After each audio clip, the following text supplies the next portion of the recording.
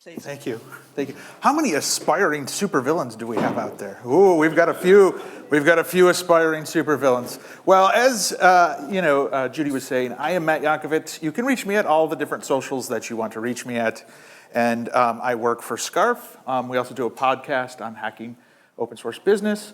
Scarf basically helps open source projects grow their adoption, figure out who's adopting their software, help analyze some of the adoption metrics. So we also have a new community that we just launched, the open source metrics, which actually goes through all the open source business metrics you should be looking at. It goes beyond just the contributor metrics. So I've talked about this at FOSDEM. If you're interested, there is a FOSDEM talk out there. Now, I have to give the obligatory warning. I'm going to tell you things that you probably don't want to do, okay? I still have my regular hat on, so I can warn you a little bit to what I'm going to talk about. But I would not recommend most of these, but unfortunately, these are things that you still see a lot of companies in the ecosystem, a lot of people in the ecosystem do. So I'm going to go full on evil now. I'm going to change my hat. I'm going to put on my supervillain hat. And you might be asking why villains, right? Most of the open source software that we have was started to be developed in kind of contrast to what was already out there. If you think about, I come from the database space. The database space, there was a lot of love for companies like Oracle back in the day. I don't know if anybody had run an Oracle database or remember those days. There was not, so there needed to be a villain in order to generate innovation. So what I've done is, I'm a big movie fan. I've learned from many villains over the course of my career, and so I want to talk to you about a few of them. So, as aspiring villains, the first thing we need to realize is, what do we think about community? We don't need it, we need minions. Minions are more important than community. You want people to just follow exactly what you say and have no independent thought, because that will help you get to the top. And so if we have more minions, that is good. But we also want people to think well of you. So we want people to think that you're an open source champion. We want them to think that you are awesome and outstanding, because it's better to wait until people don't suspect that you have ulterior motives or that you're thinking more about yourself or the business at the same time. And you can use this play to actually make more money. For instance, you can take other people's software, remove the copyrights, and claim it's your own, because, people will then think that maybe you invented that. And then later on, you can switch licenses to lock people in. Those are always good, solid villain plays, and it's things like this that really help us move to the next level, get to the next level, use that fame to get into bigger institutions where then we can dominate those industries. Better yet, we can even use the open source to mine more value out of companies. So these are all kind of classic plays for that evil open source champion. But we also want to think about different things that we should do, like who doesn't like to blame other people, right? So if Scar taught me anything in The Lion King, it's that you want to blame other people for all your evil deeds. So step one here would be to appoint a board and give them no power. Because what is greater than being on an open source board and then being told no, or being overruled every chance you get? That's awesome. And because of this, you get your scapegoat, which is awesome as well.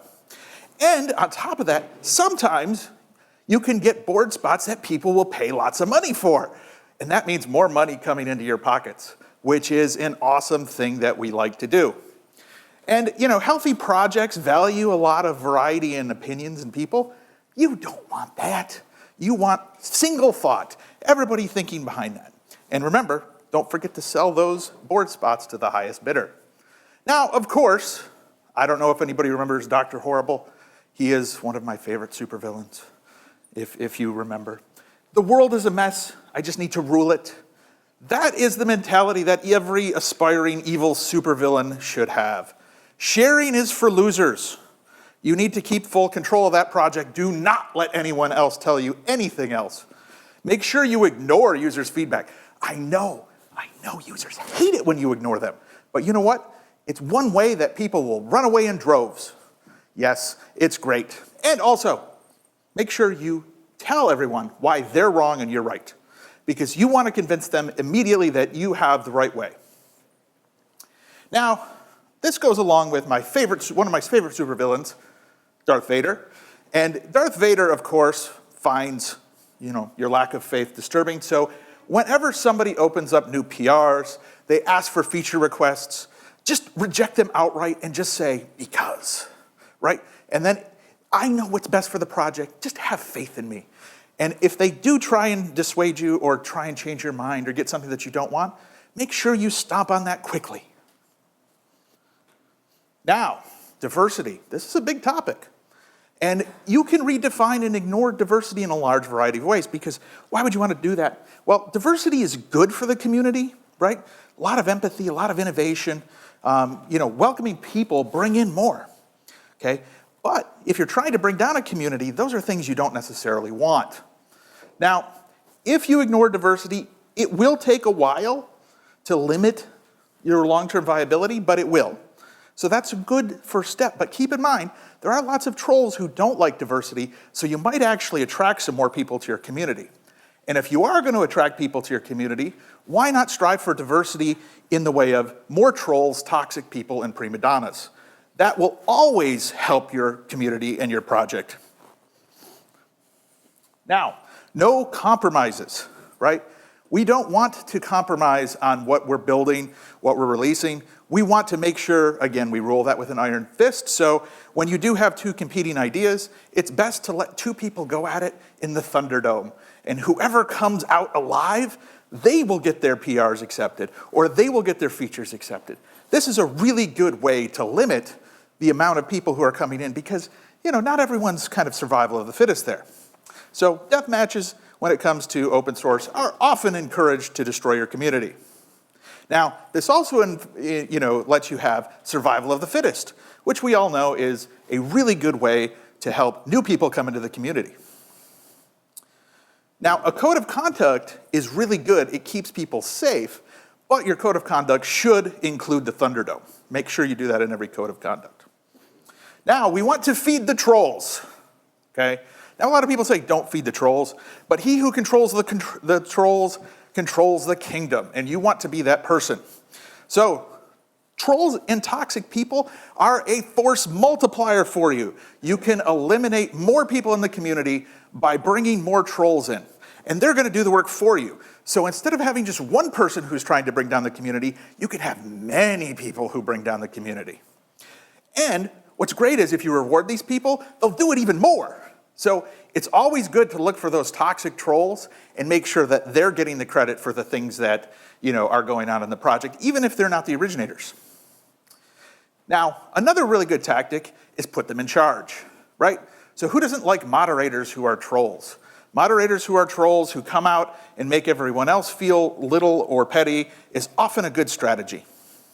And when you're sick of dealing with the trolls, they're going to go away in a spectacular flame-out fashion. Of course, they're going to try and tear down your community as they go as well, so it really accelerates the process.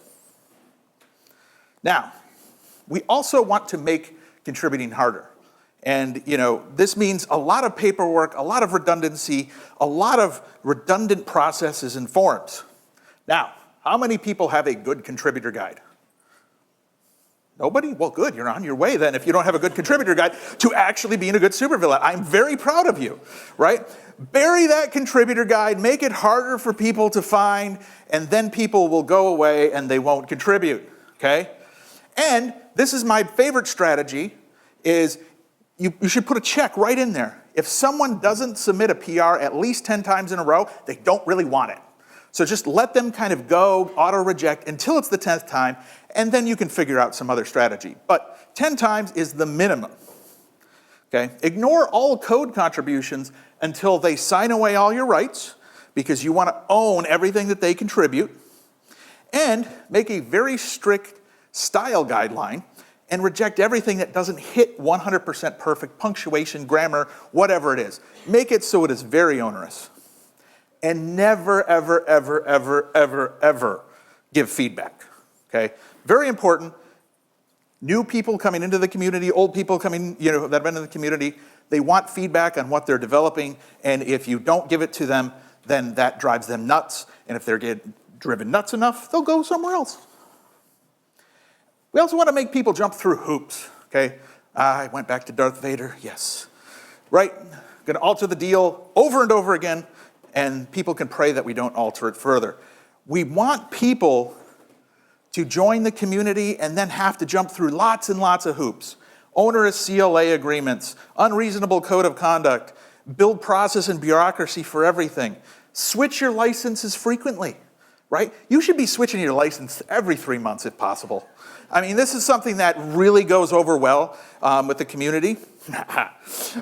Persistence surely will benefit them. Think of this as a learning exercise, right? You want them to be persistent in going through this, and this is going to teach them a valuable life lesson someday. Don't know what it is, but maybe how to deal with difficult people. So, ignoring new people, right? So, this one is a classic supervillain play. You don't want new people, right? The whole goal is to destroy your community, not create more people in the community. So the best way to do that is to ignore them and then let them know that you're ignoring them by answering other people's questions, right? Make it harder for them to get started. This is critical. This is super critical. You don't want them to get started in that community. Eventually they'll move on to something else, and even the current community will move on if you ignore them.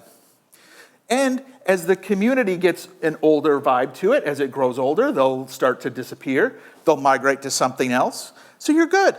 Attrition will start to dwindle your numbers until your community is nothing. So no new people, right? Now, President Snow's played a lot of games, but what we want to do is increase the difficulty in getting started using our software and our project. Not just for contributors, but also for those who are using it and running it. So, before someone gets to the community, they're going to try your software. So anything you can do to make that more difficult, the better. Some good techniques. You may only install my software from source, okay? No other distribution mechanism. You must install it from source. That will limit things. And you need to have 237 dependencies that all need to be installed independently. Those are good tactics. Also, you must have internet access for the install. Maybe that's for a later point where we might collect some PII or something on you. And either support only the latest version of the code, the one that isn't even GA yet, or the oldest version of code that you can possibly find, right? So if you're running on Red Hat 2, that's good. That's your base image. Or if you're on the very cutting edge, either way. Now, make this setup as manual as possible. Configuration options are there for a reason. And we want people to explore every one of them. So no sane defaults. Make it absolutely the worst defaults possible. That it will really help drive people insane. Now, we all know that as project maintainers, as founders of companies, as those in charge of the community, our time is really valuable. In fact, I feel some days where I just want to sit down and play Call of Duty or something. It's okay. But what you need to do is let all of your community know that you are too busy for them. Your time is more valuable. When you have better things to do, don't answer questions, right? Treat people like they're wasting your time because they are. And when people submit things, keep the feedback to yourself again, right? You don't want to tell people, what you're doing. You just tell them, yeah, I don't got time for that. And when people get complained or concerned, just ignore them or send them to those toxic people. People love to be ignored, trust me. Now, if anyone does mess up and they do submit PRs or things that are obviously wrong, instead of helping them, you want to make fun of them, right? We want to call them out. We want to jump all over them and tell them how they're wrong because that's, some way that is going to drive them away, right? There's far too much coddling sometimes. So what we want to do is we want to make sure we call out any small, tiny mistake. You missed a period here. How could you do that? You should, go back and, learn grammar. Stuff like that. Now, if you're going to give credit to yourself. Who doesn't like to give credit to yourself, right? So Gaston told us that, he was going to take us and show us the trophies, right? So make sure that yourself gets credit before everybody else, and maybe a few cronies if you have some of those. But that always endears people to you, especially anybody who did contribute code. Make sure that you follow that. Now, we also want to assume that only people who we really want in the community think and act just like we do. So if everyone is the same, then we know that, hey, they're going to follow our rules. So if we make that assumption, we're going to also drive some of those community folks away. And also focus on rewriting what's working, quite frequently, actually. So things like, I'm going to stop all new feature development so I can redesign this in Rust over the next couple of years. That always really works really well for community involvement. And it really helps those who are in the user space. Yeah, right. So make sure that you're always rewriting instead of focusing on things that are going to bring value to the community or the things that they want. Now, we all love to get rich. Who doesn't want to get rich, right? I think we all do. I think every aspiring supervillain wants to get rich. So make sure that you collect and sell user data, even though that might be illegal. We're supervillains, but people do it. Put profits above people. And make sure your community, you take as much as possible, but remind everyone that your goal is revenue. So report that all the time. Expansion, woohoo, look at this, we got net retention. That's a great way to make sure your community starts to dwindle. Flame wars are also fun and entertaining. So if you're going to have a flame war, make sure it's very public and you pull it out at the appropriate time, because there's nothing better than watching someone go down in flames. And remind people what you think of them often, because they are beneath you. Now, one of the most loved supervillains, the Joker, he's often just on that non-logical, just nonsensical, I want to watch the world burn path. And this is something you can do in your open source project as well. So making random decisions, maybe even rolling a 20-sided dice to make sure you decide on what's going to happen next in the community. These are things that can work to your advantage. Now, we can put this all together in a very cohesive play, and our supervillain Hall of Famer that we're going to learn from today is the Emperor Palpatine. Now, how many people are familiar with the Emperor Palpatine? Okay. Oh, come on, there's a few more that don't want to raise your hand. Star Wars villain, okay? He was the senator, and then he really was the evil villain the whole time, but he pretended to be good. Now, we can learn from Emperor Palpatine. He played all of those things that I mentioned off beautifully, wonderfully. And what did he do? Well, let's walk through this. Let's walk through the Palpatine playbook for destroying an open source community. Number one, start off as part of the community. Respected. Oh, we want to hear you talk. We want to come to your conference. We want to use your software. This is wonderful. You want to be part of that because that's just setting the stage. Number two, and start to introduce a few more regulations. Maybe a CLA here and there that has some weird language. Maybe a little bit of license managing, things like that. Just a little bit. Just give it a taste to see what the response is. Number two, create an enemy of a subset of users and blame them for all of your problems. Okay? Make sure that it is that scapegoat mentality, but you take that subset of users and say, well, they're preventing the project from moving forward. And so you need that quote unquote enemy for everyone to rally behind. And it will make you look better. Now, create a new license and move some tools and some fringe software to use it. And then blame someone else. Maybe the cloud, maybe someone else. I need to move these things over. Then change your contribution guidelines from and your CLA to be more restrictive and more protective, because you are going to need that later. Start reserving, look at that, man, quick. Start reserving new features. Wow, that just went automatically. Well, I was going to do them one at a time. But start reserving new features and bug fixes for the cloud or enterprise versions, right? You don't need them all out there. Convince your investors, customers, and a subset of critical maintainers that you have to dump true open source, and you need to come up with a brand new license which has nothing to do with open, but you're going to brand it as open. because it's not open source, it's open. And then everyone will believe that it's open source, even if it isn't. So this is very important. Yes, yes. And you should be very litigious and, prevent others from thinking that your license is too open, right? So you don't want them to copy your code or do anything that's going to potentially limit your revenue stream. So go ahead and, be litigious there. Then engage in flame wars against those who are potentially more open than you and tell them, how bad they are for potentially minimizing your things. And then you want to maximize your profits, right? You want to drive efficiency by all means necessary. You want to steal from other folks, and you want to make sure that everyone knows that while you're still quote unquote open, your version of open is the right way. And if there is a rebellion, crush it. And that's the Emperor Palpatine playbook, and that's your 25-minute supervillain guide. And I have questions now. You forgot a people move. What? You could have put the trademark and the website into your own private LLC. This is true. I have seen this. Yes. Yeah. Because trademark, yes, you can do trademark squatting. Yes, that's a very good one as well. Anybody else have any good supervillain plays that I missed? I'm sure that there's others. I can't be the only one who thinks that these are all the supervillain plays. Okay, well, that's okay.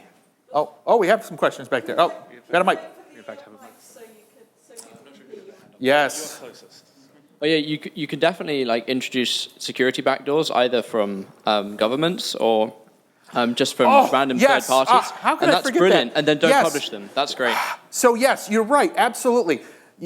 Release regular software that works really well and then put a patch out there that blows everything up that relies on it when it updates. Oh my God, how could I forget that? You're a genius. A+. Can we get him A+ on that one? Because that is spectacular. You're right, that is awesome, and the back doors totally work. Leave the bugs, don't fix the bugs. When you make changes or want to do something, you've always got to provide data, but your data doesn't have to make sense, and the interpretation doesn't have to follow. Yes. So we can return random garbage data. Another wonderful play, if we are correct 95% of the time, it's okay in financial institutions, right? Totally legitimate. As long as we're filtering that error in my favor into my bank account, I'm happy with that. Any other questions, comments? Or should I put on my other hat if somebody wants to ask me a serious, non-supervillain question, I can flip hats again. All right. I appreciate it. Hopefully you enjoyed the supervillain workshop.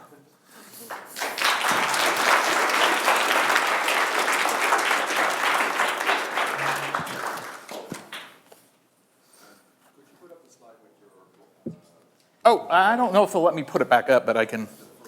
Yeah. I don't think they're going to let me put it back. Oh, wait, here we go. Okay. Back to the contact details. Yeah, the first one. All right, so look at that. We're going in reverse. It's so awesome. Did you know that this can go in reverse? I should probably just flip to it, but now I'm going through it so quickly. Here we go. We'll just go to this. All right. This one, right? Yeah. All right, fair enough. There you go.